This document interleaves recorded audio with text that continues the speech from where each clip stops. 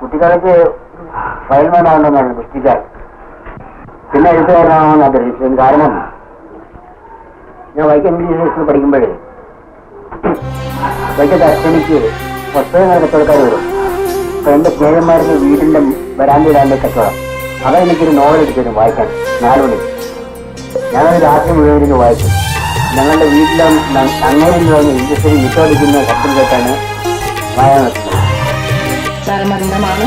അപ്പോൾ ആ ഒരു ദിനമാണ് നമ്മൾ ബഷീറിന്റെ അനുസ്മരണത്തിന് വേണ്ടി തെരഞ്ഞെടുത്തിട്ടുള്ള ഒരു ദിനം എന്ന് പറയുന്നത്.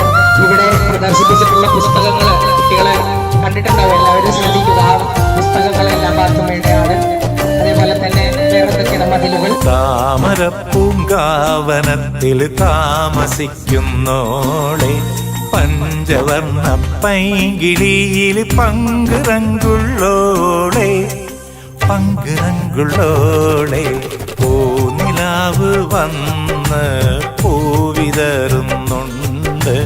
പൂക്കളിൽ റാണിയായി പൂത്തു നിൽക്കുന്നോളെ പൂത്തു നിൽക്കുന്നോളെ.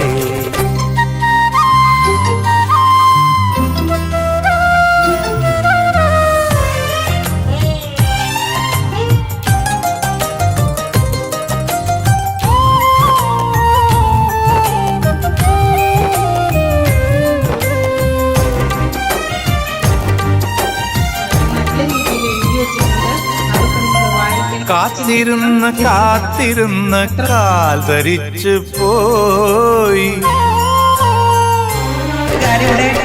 കാത്തിരുന്ന് കാത്തിരുന്ന് കാൽ ധരിച്ചു പോയി.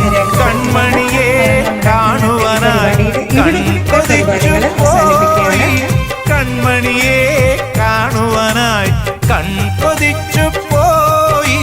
കണ്ണുകളാൽ കൽവുകളിൽ കല്ലെറിയുന്നോളെ